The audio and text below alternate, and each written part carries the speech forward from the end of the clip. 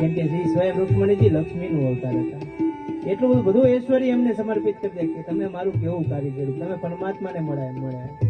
આપણી કોઈ તાકાત પછી આપણે શું અર્પણ કરી શકીએ બ્રાહ્મણને? ગીતમાં ધૂરા ગાવા લાગી, કોયલ કલરવવાણી રે.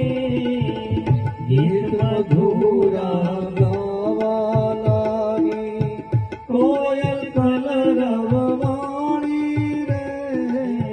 મોરટમ ત્યારે કલા કરીને, મોરટા હું ત્યાં કલા કરીને, ઢેલડિયું ઢળસાણી રે.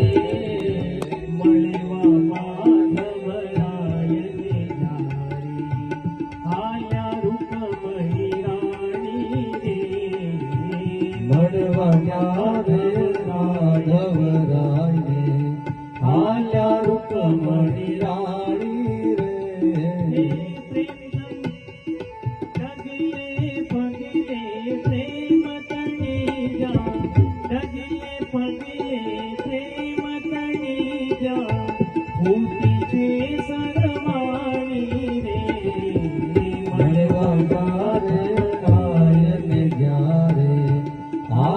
રૂકમણી રાણી રે.